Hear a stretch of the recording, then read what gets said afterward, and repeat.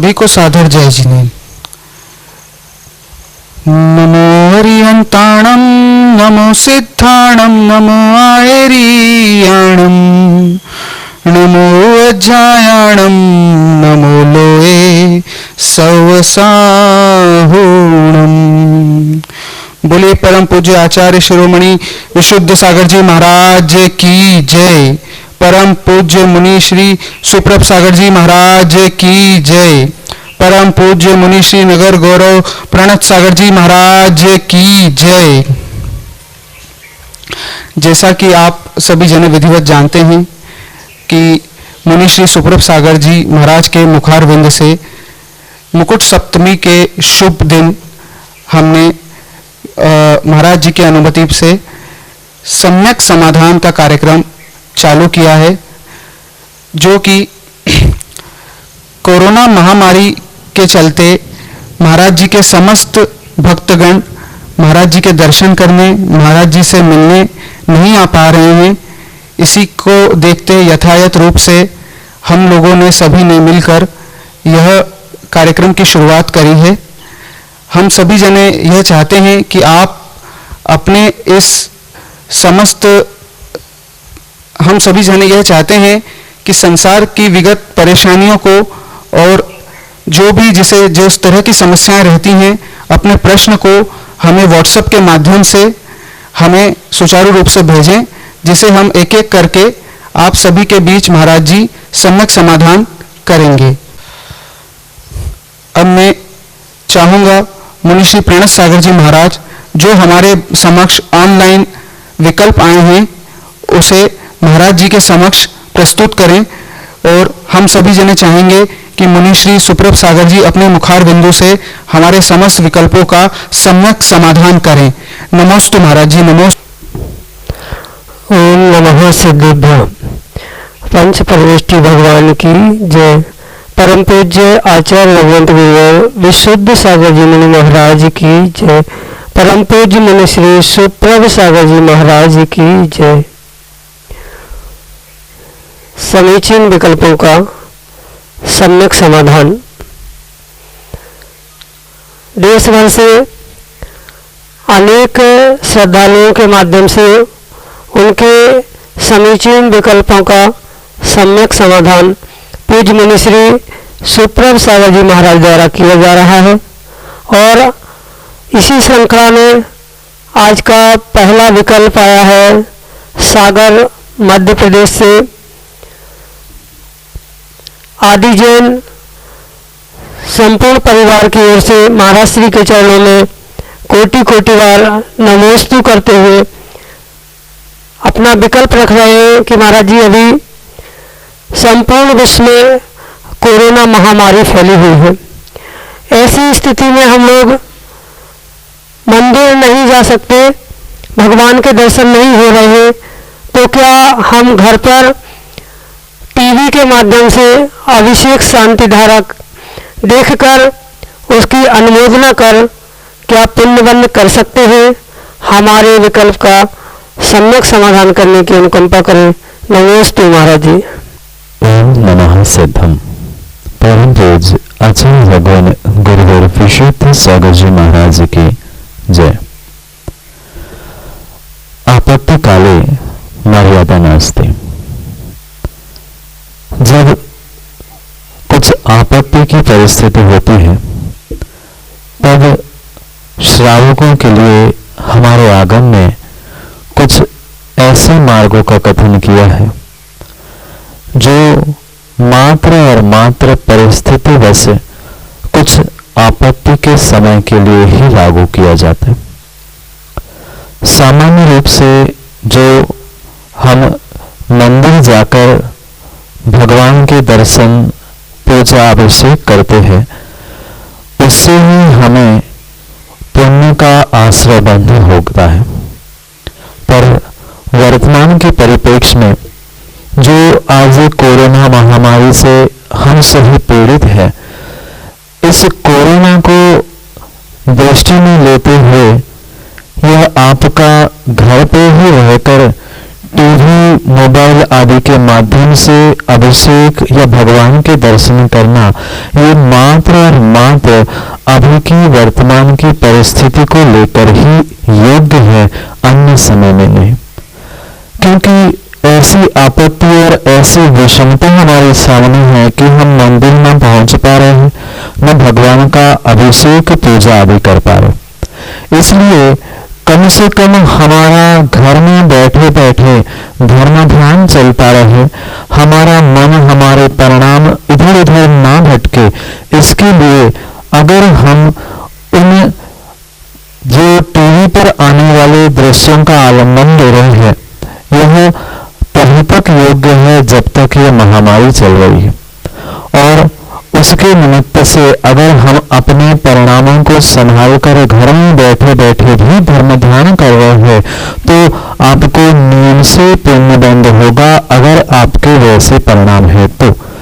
अन्यथा कोई ऐसा सोचे कि हम पलंग पे पड़े पड़े शांति धारा का नाम दे दिया है, हमारा काम हो जाएगा, वह संभव नहीं है। हमें भी विवेक पूर्वक सतर्कता से वह भगवान का अभिषेक, शांति धारा आदि बुद्धिपूर्वक देखना होगी। हमारा अभिप्राय, हमारा आसन, हमारा सब कुछ व्यवस्थित होगा तो क्वचित कथनचित हमारे परिणामों के अनुसार हमें पुण्य का आश्रयबंध होना संभव है। पर यह बात ही आदि है, आप बहुत अच्छे से समझना, ये मात्र और मात्र छूट विषमताओं के लिए और विषम परिस्थितियों के लिए दी गई है। जैसे ही परिस्थितियां सुधर जाएगी, हमें पुनः यथावत अपने मंदिर में ही पहुंचकर साक्षात भगवान का अभिषेक, पूजा, शांति धारा आदि करना होगी, तो ही हमें कार्य की सिद्धि, पुण्य आदि की प्राप्ति होगी, अन्यथा होने वाली नहीं है। क्योंकि अगर हम इसको ही हमेशा के लिए परमानेंट व्यवस्था बनाकर, कोई प्रमादी जीव ये कह सकता है कि लॉकडाउन के समय में या कोरोना के समय में हम तो घर से देखते थे, करते थे, अब क्या परेशानी है। आपत्ति काले मर्यादा नास्ति, आपत्ति काल में मर्यादा या आपत्ति काल में बंधन नहीं होता। पर जैसे ही आपत्ति दूर होगी, हमें मंदिर में ही पहुंचकर अभिषेक, शांति धारा करनी होगी। यही आपके लिए सम्यक समाधान है।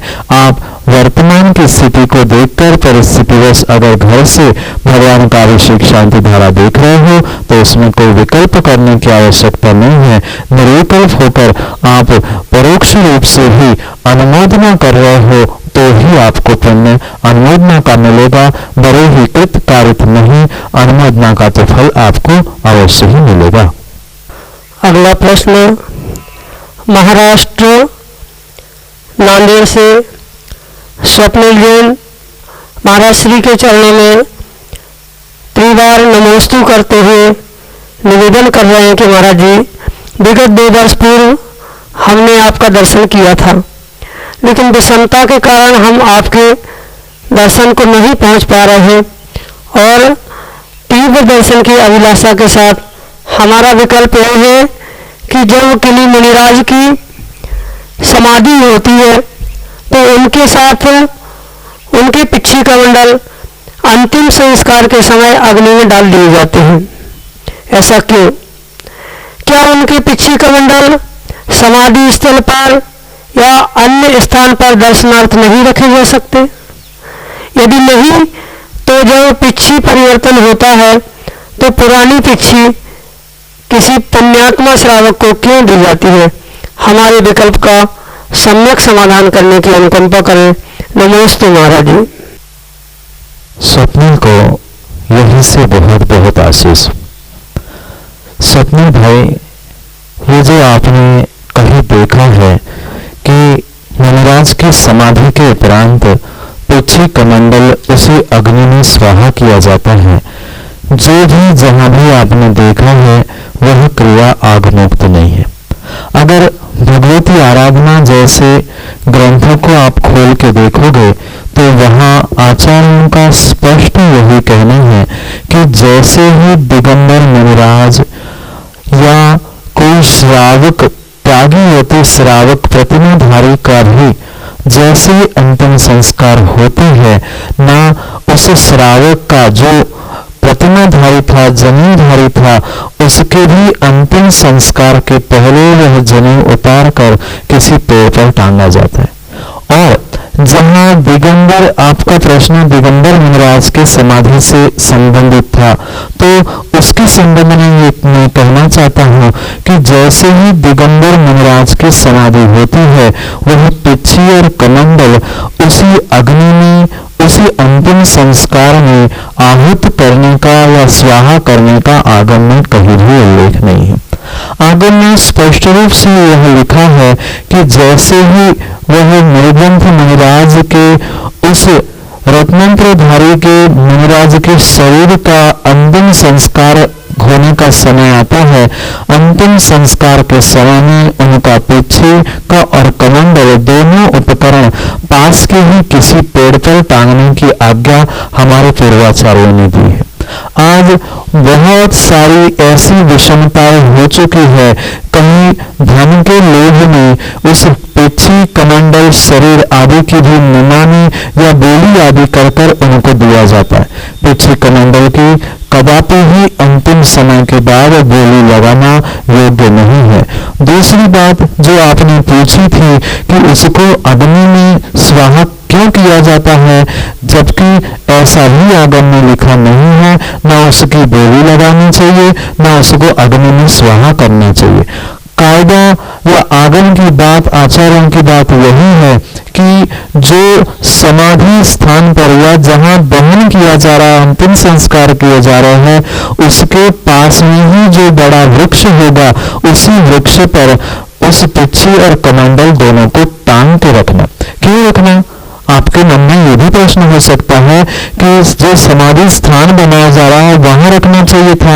हाँ, चाहे वहां रखो, पर वहां कोई उठा के ले जाए, कोई तिर्यंच, कोई मनुष्य उसका अन्यथा प्रयोग ना करे, इसलिए पेड़ पर कहीं ऊंचाई पर टांगने की बात हमारे आचार्यों ने कही। उसके पीछे भी बहुत बड़ा कारण है। अगर वह जीव, कौन?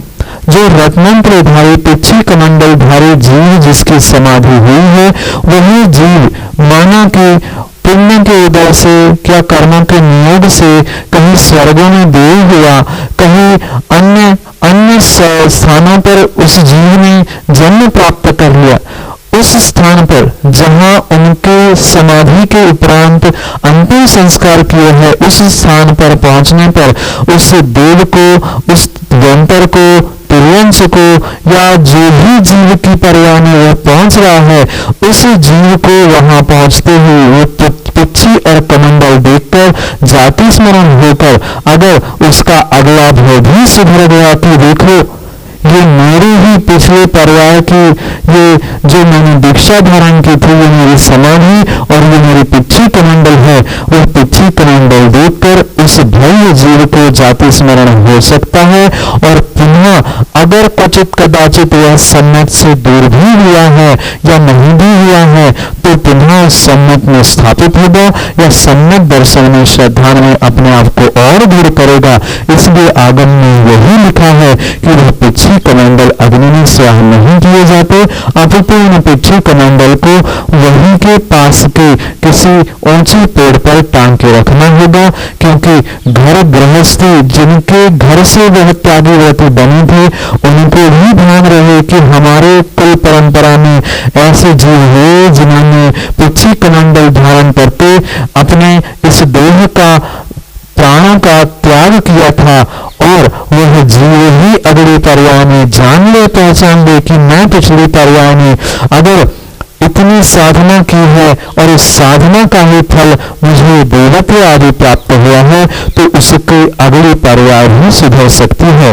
इसलिए वह पिच्छी कमंडल वही कहीं पेड़ पर रखने की बात है, न किसी श्रावक को घर में बोली से ले जाने की। हो सकता है वह कोई व्यक्ति पिच्छी कमंडल घर ले गया और जिस जीव की वह पिच्छी कमंडल था, यानी जिस जीव ने समाधि पूर्वक मरण करके पिच्छी कमंडल या देह का त्याग किया था, उसको जाति स्मरण हो गया, वो अपनी पिच्छी कमंडल खोजते हुए तुम्हारे घर में, उस व्यक्ति के घर में पहुंचा, तो हो सकता है कुछ पूर्व कर्म के उदय से वो उनको इस पिच्छी कमंडल के निमित्त से परेशान भी कर ले। इसलिए पास के ही नजदीक के ही किसी ऊंचे वृक्ष पर पिछी कमंडल टांगने की आज्ञा आचार्य ने दी है, इसलिए उसमें कोई भी विकल्प नहीं है। और जो आपका अंतिम प्रश्न था कि पुरानी पिछे जो पुण्यात्मा श्रावक प्राप्त करता है वह भी पुण्यात्मा श्रावक साधु सामने है और उन्होंने भेंट की है, इसलिए अपने पुण्य की प्राप्ति के लिए या अपने संयम के लिए ऐसा भी नहीं है कि पिच्छी मिल गई, हमने घर में कई खोटे पे जाके टांग ली। वह घर में भी टांगने के पीछे जो श्रावक उस पुरानी पिच्छी को ग्रहण कर रहा है उसके पीछे भी कारण है कि जीवन भर दिन भर वह उस पिच्छिका को देखे और भान करे ये पुरानी पिच्छी तो मैंने ग्रहण कर ली है, अब वही समय मेरे जीवन में कब आएगा जब मैं अपनी स्वयं की पिच्छी कमंडल लेकर अपने इस मनुष्य परिवार का कल्याण करूं। यही कारण है कि पुरानी पिच्छी श्रावक अपने घर में रखता है और समाधि पूर्वक जिन्होंने देह त्याग किया है उनकी ही पिच्छी कमंडल पेड़ पर टांगा जाता है। दोनों जीवों को भविष्य में अपने संयम का, भूत के संयम का बोध हो, इसलिए यह व्यवस्था आगे में बताई गई है। अगला प्रश्न, भक्तोल्लसित वर्षा योग मड़ौरा की पावन भूमि से तन्मय जैन महाराज श्री के चरणों में पूर्ण तन्मयता से कोटि कोटि बार नमोस्तु करते हुए निवेदन कर रहे हैं कि महाराज जी, हमने ऐसा सुना है कि तीर्थंकर भगवान सिद्ध परमेष्टि के अतिरिक्त अन्य परमेष्टि को नमस्कार नहीं करते, लेकिन पार्श्वनाथ भगवान ने नाग नागिन को नमोकार मंत्र सुनाया। वे तो तीर्थंकर थे, ऐसा हमने चालीसा में पढ़ा है। हमारे विकल्प का सम्यक समाधान करने की अनुकंपा करें। नमोस्तु महाराज जी, नमोस्तु। मनः सिद्धेभ्यः। मात्र इतने ही मंत्र का उच्चारण तीर्थंकर भगवान दीक्षा लेने के उपरांत करते। वे कभी भी पांचों परमेष्टि का स्मरण नहीं करते क्योंकि वे स्वयं में ही स्वयं बुद्ध स्वयंभू हुआ करते हैं। उनके कोई भी गुरु नहीं होते हैं, वे सिद्धों को ही अपने गुरु मानकर सिद्धों के साक्षी पूर्वक ही दीक्षा आदि क्रियाएं धारण करते। पर फिर भी जो आपने ये विकल्प पूछा है कि हमने पारसनाथ चालीसा में ऐसा पढ़ा है कि पारसनाथ भगवान ने नाग नागिन को नमोकार सुनाया, मात्र चालीसा में नहीं अपितु बहुत सारे कथानकों में, बहुत सारे कथा का ग्रंथों में, पुस्तकों में भी यही उल्लेख प्राप्त होता है कि उन्होंने पार्स कुमार ने नाग नागिन को जो नमोकार सुनाया उससे नाग नागिन का कल्याण हुआ। पर आगम की अगर सत्य बात आपको समझना है, सम्यक समाधान प्राप्त करना है, तो आपको यह श्रद्धा करना होगा कि उन्होंने कभी भी नमोकार न गृहस्थावस्था में, न दीक्षा लेने के उपरांत या अरहंत बनते समय कभी भी नमोकार मंत्र का पाठ किया ही नहीं। पर फिर भी ऐसा क्यों लिखा? जब लिखा जाता है किसी पद्य में कुछ चारित्र का वर्णन किया जाता है, कथानक बनाया जाता है, तब लिखने वालों की अपनी अपनी स्वयं की अपेक्षा से उन्होंने वहां पर कथन कर दिया। हो सकता है लिखते समय पर जो कवि जिसने उस चालीसा को लिखा है उसको इस बात का स्मरण ना रहा हो सकता है कभी छंद बनाने के लिए उन्हें शब्दों की कमी पड़ रही हो, इसलिए उन्होंने किसी अन्य उपदेश की जगह नमोकार लिख दिया हो। इसलिए हमें उस चालीसा पर या शब्दों पर विकल्प न करके हमें सिद्धांतों को समझना आवश्यक है। सिद्धांत यही है कि तीर्थंकर भगवान चाहे पारसनाथ हो, आदिनाथ हो, महावीर हो, कोई भी तीर्थंकर भगवान हो, वे कभी भी पंच परमेष्टि को अरहंतों को आचार्य उपाध्याय साधु किसी को ही नमस्कार नहीं करते। वे मात्र सिद्धों को साक्षी मानकर अपने सभी कार्यों को संपन्न करते हैं। जो चालीसा में लिखा है हो सकता है। हम सर्वथा किसी को दोष नहीं दे सकते। लिखने वाले की चाहे बुद्धिपूर्वक गलती हो या अबुद्धिपूर्वक गलती हो, जो लिखने वाले हैं उनको इसमें सुधार करने की आवश्यकता है। सिद्धांत तो यही कहता है। अगला प्रश्न अमित जैन, सराफ, ललितपुर, उत्तर प्रदेश से। महाराज श्री के चरणों में अनंतों बार कोटि कोटि नमोस्तु निवेदित करते हुए विकल्प रख रहे हैं कि जब शरीर से आत्मा निकलती है तो जहाँ जन्म लेना है वह उस स्थान को स्पर्श करके वापस आ जाती है। ऐसा क्यों? हमारे विकल्प का सम्यक समाधान करने की अनुकंपा करें। नमोस्तु महाराज जी, नमोस्तु। अमित भैया, आदम में 7 प्रकार के समदघात की व्याख्या है। उन 7 प्रकार के समदघातों में अंतिम समदघात है मारणांतिक समदघात। और मारणांतिक समदघात की अपेक्षा से जब जीव मरण होने से कुछ समय पहले जो नियत स्थान है, उस नियत स्थान पर जहां जन्म होना है वहां पर अपने आत्मा के प्रदेशों को भेजकर पुनः वापस बुला लेता है। पहली बात आपको ये बहुत अच्छे से समझना होगा कि जब मरण के पहले आत्मा, आपने जो कहा है कि आत्मा पहुंचकर वापस आती है, पूर्ण रूप से शरीर से कभी भी आत्मा मरने से पहले नहीं जाती। और मरने से पहले अगर आत्मा निकल ही गई है पूर्ण रूप से, तो शरीर में फिर कैसे आएगी? एक बार छोड़ा हुआ शरीर आत्मा पुनः ग्रहण नहीं करती। दूसरी बात, समदघात का मतलब यही होता है कि मूल शरीर को छोड़े बिना जो आत्मा के प्रवेश कहीं अन्यत्र पहुंचकर पुनः शरीर में प्रवेश कर जाते हैं, उसका ही नाम समदघात है। और जो आपने कहा कि मरने के पूर्व जा रहा है, वही मारणांतिक समदघात है। मरण के अंत में, मरण के कुछ समय पहले होने वाला जो समदघात, यानी मूल शरीर को आत्मा छोड़े बिना जो अन्य स्थान पर पहुंचकर वापस आती है, यह मारणांतिक समदघात है। आपका प्रश्न है ऐसा आत्मा क्यों करता है? यह नियत नहीं है कि प्रत्येक आत्मा मारणांतिक समदघात करती ही है। कुछ ऐसा भी होता है जो अकाल मरण होता है या किसी की एक्सीडेंट में मृत्यु हो गई, तो उस समय में उसके पास मारणांतिक समदघात करने का समय नहीं होता है। कुछ जीव जो विशेष जीवन भर साधना, तपस्या आदि के साथ जीते हैं, वही मारणांतिक समदघात करके अपने आने वाले भविष्य के स्थान पर पहुंचकर उसे देखकर इसलिए वापस आते हैं। न वो स्थान बदलने वाला है, न उनकी वह जो गति या पर्याय प्राप्त होने वाली है वह भी बदलने वाली नहीं है, पर फिर भी एक वह समदघात की प्रक्रिया है जिसके निमित्त से वह प्रशस्त परिणामों से मृत्यु को प्राप्त होने वाला जीव अपने भविष्य के स्थान पर, जैसे आप भी कहीं नया मकान लेने जाओ या आप कहीं ट्रेन से, कहीं गाड़ी से यात्रा करने जाओ, तो उस गाड़ी को देखने जाते हो, ट्रेन में पहले से रिजर्वेशन, विंडो सीट आदि आदि देख लेते हो, नए मकान का लोकेशन कैसा है, अड़ोस पड़ोस के लोग कैसे हैं, ये सब कुछ जैसे पहले पता कर लेते हो, ऐसे ही कुछ क्षण के लिए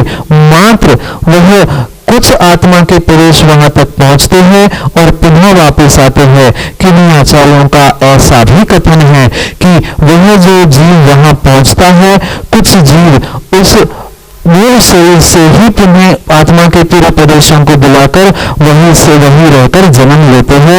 ऐसा भी किन्हीं आचार्यों का कहना है। कारण उस समदघात के पीछे यही है कि जो प्रशस्त परिणामों के साथ मृत्यु को प्राप्त हो रहा है वह अपने आने वाले भविष्य को, आने वाले समय को, आने वाले पर्याय को जाने। इसी कारण से वह अगले स्थान को जहां जन्म होने वाला है वहां वह जाकर देखकर पुनः वापिस भी आ सकता है, या वही आत्मा के प्रदेशों को एकत्रित करके वहां भी पुनर्जन्म ले सकता है। ऐसा कथन हमारे आचार्यों ने किया है। अगला विकल्प आया है महाराष्ट्र प्रांत के अमरावती से।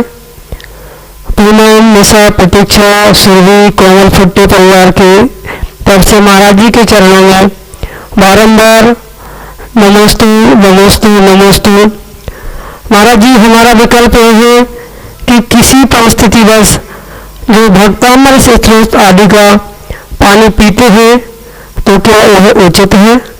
हमारे विकल्प का समीचीन समाधान करने की अनुकंपा करें। नमस्ते महाराज जी। परिस्थितिवश जो आपने प्रश्न पूछा है कि अगर कुछ ऐसी परिस्थिति है और भक्तांबर से मंत्रित जो जल है क्या वह व्यक्ति पी सकता है? पहली बात तो हमें यह समझनी होगी कि सामने वाले की क्या और कैसी परिस्थिति है, वह बहुत अच्छे से हमें समझनी होगी। और वास्तव में वह परिस्थिति ऐसी है जिसके लिए अन्य कोई भी हमें कार्य नहीं मिल रहा है, अन्य कोई औषधि, अन्य कोई भी निमित्त या अन्य कोई ऐसा साधन नहीं मिल रहा है जिससे कि वह हमारी बीमारी, हमारी परिस्थिति ठीक नहीं हो पा रही है। तो वह मंत्रित किया हुआ, वह भक्तांबर का, नमकार का, अन्य किसी भी स्रोत का मंत्रित किया हुआ पानी अगर कोई व्यक्ति परिस्थिति वैसे पी रहा है, पर बहुत अच्छे से समझना वहाँ किंचित भी अन्य कोई जल की गंधक आदि की व्याख्या नहीं है। वहाँ मात्र जो शुद्ध जल है उस जल को मंत्रित करके, ऐसे कितने सारे पुराण ग्रंथों में दृष्टांत है, उन मंत्रित जल से, मंत्रित मिट्टी से अपने कार्य की सिद्धि करने वाले कितने सारे आचार्य और कितने सारे वह हमने दृष्टांत भी सुने हैं। इसलिए हमें परिस्थितिवश अगर कोई व्यक्ति भक्तांबर के मंत्रित जल से अपने आप की परेशानी को, अपने आप के कष्ट को दूर करना चाहता है तो परिस्थितिवश उसे कोई भी दोष नहीं लगेगा। समस्त भक्तों के समस्त प्रश्नों का सम्यक समाधान सभी को मिल गया। इसी के साथ आज का कार्यक्रम हमारा समाप्त होता है। आप सभी अपनी जिज्ञासा का समाधान करने के लिए अपने प्रश्नों को हम 2 नंबर बता रहे हैं, उस नंबर पर हमें व्हाट्सएप के माध्यम से या मैसेज के माध्यम से आप हमें भेज सकते हैं। नंबर है 08707548811। दूसरा नंबर है 07415306441। साथ ही साथ हमें samyak.samadhan@gmail.com पर आप मेल के माध्यम से भी हमें अपना प्रश्न भेज सकते हैं। हम एक बार स्पेलिंग दोहरा देते हैं, samyak.samadhana@gmail.com। इसी के साथ समय पर किया गया काम समय को दिलाता है, तो मुनिश्री सुप्रभ सागर जी की मंगलवाणी को सुनने के लिए एवं सम्यक समाधान से जुड़ने के लिए हमारे YouTube चैनल को सब्सक्राइब करें सुप्रभ उवाच, और साथ ही Facebook पेज सुप्रभ उवाच को लाइक करें। जय जिनेन्द्र। नमोस्तु महाराज जी, नमोस्तु महाराज जी।